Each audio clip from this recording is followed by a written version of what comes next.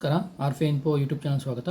ಈ ವಿಡಿಯೋದಲ್ಲಿ ಭಾಳಷ್ಟು ಜನರು ನನಗೆ ಕಮೆಂಟ್ ಮಾಡ್ತಾಯಿದ್ರು 2024ರ ನೋಟಿಫಿಕೇಷನ್ ಯಾವಾಗ ಆಗುತ್ತೆ ಅಂತೇಳಿ. ಯಾಕಂದರೆ ಭಾಳಷ್ಟು ಹೊಸಬರಿದ್ದಾರೆ ಮತ್ತು 6% ಕ್ರೈಟೀರಿಯಾದಲ್ಲಿ ಬರದೆ ಕ್ವಾಲಿಫೈ ಆಗದೇ ಇರುವಂಥ ಅಭ್ಯರ್ಥಿಗಳಿದ್ದಾರೆ. ಅವ್ರಿಗೀಗ ಓದಿದ್ದಿರ್ತದಲ್ಲ, ನೆಕ್ಸ್ಟ್ ಅವ್ರು ಮತ್ತೆ ಒಂದು ಹುಮ್ಮಸ್ಸಿನಿಂದ ಮತ್ತೆ ಬರಿಬೇಕಂತ ಇದ್ದಾರೆ. ಅವರಿಗೆ ನೋಟಿಫಿಕೇಷನ್ ಯಾವಾಗ ಆಗುತ್ತೆ ಅನ್ನೋದು ಭಾಳಷ್ಟು ಕನ್ಫ್ಯೂಷನ್ದಲ್ಲಿದ್ದಾರೆ. ಹೀಗಾಗಿ ಈ ವಿಡಿಯೋವನ್ನು ಮಾಡ್ತಾಯಿದ್ದೀನಿ ಮತ್ತು ಡಿಸ್ಕ್ರಿಪ್ಷನ್ ಬಾಕ್ಸಲ್ಲಿ ನಾನು ಕೆಸರಿಗೆ ಸಂಬಂಧಪಟ್ಟಂಥ ಗ್ರೂಪ್ಗಳನ್ನು ಮಾಡಿದ್ದೀನಿ. ಇಂಟ್ರೆಸ್ಟ್ ಇದ್ದವರು ಜಾಯ್ನ್ ಆಗ್ಬೋದು. ಡಿಸ್ಕ್ರಿಪ್ಷನ್ ಬಾಕ್ಸಲ್ಲಿ ಲಿಂಕ್ ಇದೆ, ಆ ಲಿಂಕನ್ನು ಕ್ಲಿಕ್ ಮಾಡ್ಕೊಂಡು ನೀವು ಜಾಯ್ನ್ ಆಗ್ಬೋದಾಗಿದೆ.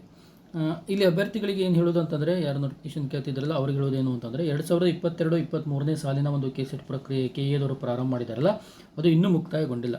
ಓಕೆ, ಹೀಗಾಗಿ ಅದು ಮುಕ್ತಾಯಗೊಂಡ ನಂತರದಲ್ಲಿ ಏನು ಮಾಡ್ತಾ ಬರ್ತಾರೆ, 2024ರ ನೋಟಿಫಿಕೇಷನನ್ನು ನೀಡ್ತಾ ಬರ್ತಾರೆ.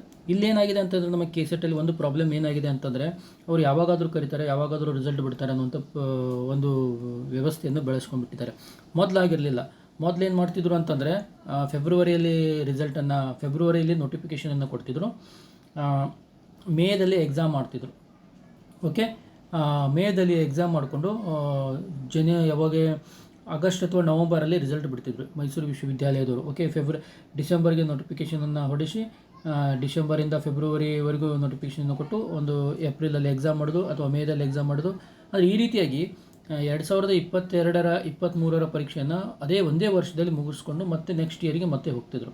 ಬಟ್ ಈಗ ನಮ್ಮ ಕರ್ನಾಟಕದಲ್ಲಿ ಏನಾಗಿದೆ, ಮೈಸೂರು ವಿಶ್ವವಿದ್ಯಾಲಯದವರು ಏನು ಅಕ್ರಮ ಮಾಡಿದರು, ಅದರಿಂದಾಗಿ ಕೆಎದವರು ಕೊಟ್ಟರು. ಬಟ್ ಕೆಎದವ್ರಿಗೆ ಏನಿದೆ, ಸಿಕ್ಕಾಪಟ್ಟೆ ಕೆಲಸ ಇದೆ. ಅವರು PGCET ಆಗಿರ್ಬೋದು, ನೀಟ್ ಕೌನ್ಸಿಲಿಂಗ್ ಆಗಿರ್ಬೋದು, DCET ಆಗಿರ್ಬೋದು, ಅದರಲ್ಲೇ ಗುಂಗಲ ಇರೋದರಿಂದ ಅವರಿಗೆ ಇದು ಒಂದು ಹೊರೆ ಕೊಟ್ಟಿರೋದ್ರಿಂದ ಮತ್ತು ಭಾಳಷ್ಟು ಎಕ್ಸಾಮ್ಸ್ಗಳನ್ನು ನಡೆಸ್ತಾ ಬರ್ತಾರೆ ಅವರು.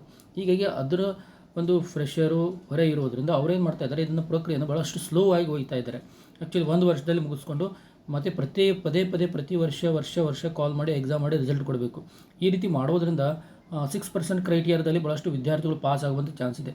ಬಟ್ ಈ ಕರ್ನಾಟಕದಲ್ಲಿ ಏನಾಗಿಬಿಟ್ಟಿದೆ ಅಂತಂದರೆ, ಇದು 2 ವರ್ಷಕ್ಕೋ 3 ವರ್ಷಕ್ಕೋ ರಿಸಲ್ಟ್ ಕೊಡುವುದರಿಂದ ಈ ಒಂದೊಂದು ವರ್ಷ 6% ಅಭ್ಯರ್ಥಿಗಳು ತಪ್ಪಿಸ್ಕೊಳ್ತಾ ಇದ್ದಾರೆ. ಹೀಗಾಗಿ ಕೆಎದವರಿಗೆ ನೀವೆಲ್ಲ ರಿಕ್ವೆಸ್ಟ್ ಮಾಡ್ಕೊಳ್ಳಿ ಮತ್ತು ಕೆಎ ಆಫೀಸಿಗೆ ಹೋಗ್ಕೊಂಡು ಸಹಿತ ರಿಕ್ವೆಸ್ಟ್ ಮಾಡ್ಕೊಳ್ಳಿ. ಕೆಸೆಟ್ ಪ್ರಕ್ರಿಯೆಯನ್ನು ಬಹಳಷ್ಟು ಬೇಗ ಪ್ರಕ್ರಿಯೆಯನ್ನು 2023 ಪ್ರಕ್ರಿಯೆಯನ್ನು ಮುಗಿಸ್ರಿ ಅಂತೇಳಿ.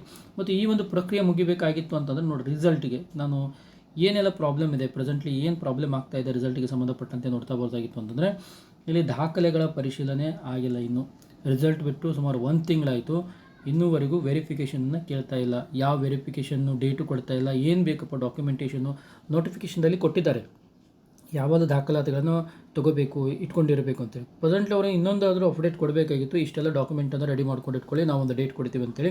ಅದನ್ನೂ ಸಹಿತ ಕೊಟ್ಟಿಲ್ಲ. ಹೀಗಾಗಿ ಇನ್ನೂ ಡಾಕ್ಯುಮೆಂಟೇಷನ್ ವೆರಿಫಿಕೇಷನ್ ಆಗದೇ ಇರೋದರಿಂದ ಲೇಟ್ ಆಗಿದೆ. ನಾವು ಕಾಲ್ ಮಾಡಿದಾಗ ಸಹಿತ ಇಲ್ಲ ಜುಲೈ 10ರ ಒಳಗಾಗಿ ಮಾಡ್ತೀವಿ ಬಂದಿದ್ರು. ಈಗ ಜುಲೈ 2ರಿಂದ 3ನೇ ತಾರೀಕು ಆಯಿತು, ಇನ್ನೂವರೆಗೂ ಯಾವುದೇ ರೀತಿಯಾದಂಥ ಅಪ್ಡೇಟೇ ಇಲ್ಲ. ಓಕೆ, ಮತ್ತು ಇನ್ನೊಂದು ಏನು ಅಂತಂದರೆ, ನಾನು ವೆಬ್ಸೈಟಿಗೆ ಭೇಟಿ ಕೊಟ್ಟಿದ್ದೆ. ವೆಬ್ಸೈಟಲ್ಲಿ ಯಾವುದೇ ರೀತಿಯಾದಂಥ ಮಾಹಿತಿನೇ ಇಲ್ಲ. ಓಕೆ, ಬರೀ ಅದೇ ಕೊಟ್ಟಿದ್ದಾರೆ, ತಾತ್ಕಾಲಿಕ ಫಲಿತಾಂಶ ಪಟ್ಟಿ ಅಂತ ಕೊಟ್ಟಿದ್ದಾರೆ ಹೊರತು ಅವರಲ್ಲಿ ಭಾಳಷ್ಟು ಜನರು ಏನು ಮಾಡ್ತಾ ಇದ್ದಾರೆ ಅಂತಂದರೆ, ಇಲ್ಲಿ ಕೆಎದವರು ಇದೇ ಒಂದು PGCET DCETಯಲ್ಲೇ ಇರೋದರಿಂದ, ಯಾಕಂದರೆ ಇಲ್ಲಿ ಇಂಜಿನಿಯರಿಂಗು, ಮೆಡಿಕಲ್ಲು, ಫಾರ್ಮಸಿ ಇವೆಲ್ಲ ಕೌನ್ಸಿಲಿಂಗ್ ಇರೋದರಿಂದ ಈ ಗುಂಗಲ್ಲೇ ಇದ್ದಾರೆ. ಓಕೆ, ಮತ್ತು ಕೆಇಯನ್ನು ಡೆವಲಪ್ ಮಾಡಿದ್ದು ಈ ಒಂದು ಕೌನ್ಸಿಲಿಂಗ್ ಸಲುವಾಗಿಯೇ. ಅದಕ್ಕೆ ಇವರು ಇದನ್ನು ಆ್ಯಡ್ ಮಾಡ್ತಾ ಬರ್ತಾರೆ. ಹೀಗಾಗಿ ದಾಖಲಾತಿ ಪರಿಶೀಲನೆ ಯಾವಾಗ ಮುಕ್ತಾಯಗೊಳ್ಳುತ್ತೋ ಅದಾದ ನಂತರ ಇದಕ್ಕೆ ಸುಮಾರು ಇವರು ಒಂದು 6,000 ಅಭ್ಯರ್ಥಿಗಳ ಒಂದು ದಾಖಲಾತಿ ಮಾಡಬೇಕಾಗಿತ್ತು. ಜುಲೈ 15ಕ್ಕೆ ಸ್ಟಾರ್ಟ್ ಮಾಡಿದ್ರು ಅಂತ ಇಟ್ಕೊಡ್ರಿ. ಸುಮಾರು ಒಂದು 10 ದಿನ ಆದರೂ ಏನು ಮಾಡ್ತಾರೆ, ದಾಖಲಾತಿ ಪರಿಶೀಲನೆ ಮಾಡ್ತಾರೆ. ಅಂದರೆ ಜುಲೈ ತಿಂಗಳು ಮುಗೀತು. ಆಮೇಲೆ ಏನು ಮಾಡ್ತಾರೆ, ಅಂತಿಮ ಪಟ್ಟಿ ಬಿಡುಗಡೆ ಮಾಡಬೇಕಾಗಿದ್ದರೆ ಆಗಸ್ಟಿಗೆ ತೊಗೊಳ್ತಾ ಹೋಗ್ತಾರೆ. ಆಗಸ್ಟಲ್ಲಿ ಮೋಸ್ಟ್ಲಿ ಅವ್ರು ಏನು ಮಾಡ್ಬೋದು, ಅಂತಿಮ ಆಯ್ಕೆ ಪಟ್ಟಿಯನ್ನು ಪ್ರಕಟಣೆಗೊಳಿಸ್ತಾರೆ. ತದನಂತರದಲ್ಲಿ ಅಂತಿಮ ಪಟ್ಟಿ ಆದ ನಂತರ ಈ ಸರ್ಟಿಫಿಕೇಟನ್ನು ಕೊಡಬೇಕು. ಓಕೆ, ಈ ಸರ್ಟಿಫಿಕೇಟಿಗೆ ಸುಮಾರು 1 ತಿಂಗಳು ಟೈಮ್, ಅಂದರೆ ಸೆಪ್ಟೆಂಬರ್ 1 ತಿಂಗಳು ಟೈಮ್ ಆಯಿತು. ಅಂದರೆ ಈ ರೀತಿಯಾಗಿ ಜುಲೈ 15ರಿಂದ ಸ್ಟಾರ್ಟ್ ಆದಂಥ ಪ್ರಕ್ರಿಯೆ ಟೋಟಲಾಗಿ ಮುಗಿಬೇಕಾಗಿತ್ತು ಅಂದರೆ ಸೆಪ್ಟೆಂಬರ್ ಎಂಡ್ ಆಗುತ್ತೆ. ತದನಂತರದಲ್ಲಿ ಏನಾಗುತ್ತೆ, ಸೆಪ್ಟೆಂಬರ್ ಎಂಡ್ ಆದ ನಂತರ ನವಂಬರಲ್ಲಿ ಏನು ಮಾಡ್ಬೋದ್ರಿ, ಅಕ್ಟೋಬರ್ ಅಥವಾ ನವಂಬರ್ದಲ್ಲಿ ಹೊಸ ಅಧಿಸೂಚನೆ ನೋಟಿಫಿಕೇಷನ್ನ ಕೊಡುವಂಥ ಚಾನ್ಸಸ್ ಇದೆ. ಹೀಗಾಗಿ ಯಾರೆಲ್ಲ ಅಭ್ಯರ್ಥಿಗಳು ಆಸಕ್ತರಿದ್ದಾರೆ ಅವರು ಈಗಲೇ ಓದ್ತಾ ಇರಿ. ನೀವು ನೋಟಿಫಿಕೇಷನ್ ಬಗ್ಗೆ ತಲೆ ಕೆಡಿಸ್ಕೋಬೇಡಿ.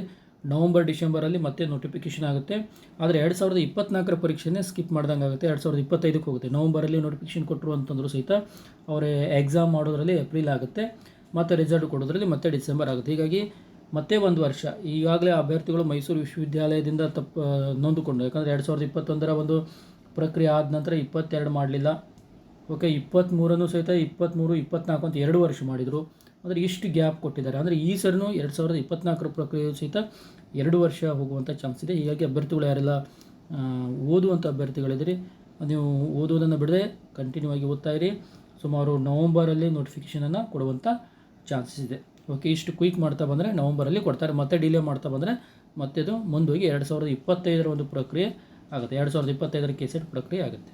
ಓಕೆ, ಮತ್ತು ಡಿಸ್ಕ್ರಿಪ್ಷನ್ ಬಾಕ್ಸಲ್ಲಿ ನಾನು ಲಿಂಕನ್ನು ಕೊಟ್ಟಿದ್ದೀನಿ. ಆ ಲಿಂಕನ್ನು ಕ್ಲಿಕ್ ಮಾಡಿಕೊಂಡು ನೀವು ಸಹಿತ ನಮ್ಮ ಗ್ರೂಪನ್ನು ಜಾಯ್ನ್ ಆಗಿ ಮತ್ತು ಕೆಸೆಟ್ ಬಗ್ಗೆ ಅಪ್ಡೇಟನ್ನು ಕೊಡ್ತಾ ಇರ್ತೀನಿ. ನೀವು ಸಹಿತ ಡೈಲಿ ಓದ್ತಾ ಹೋಗಿ. Okay, thank you.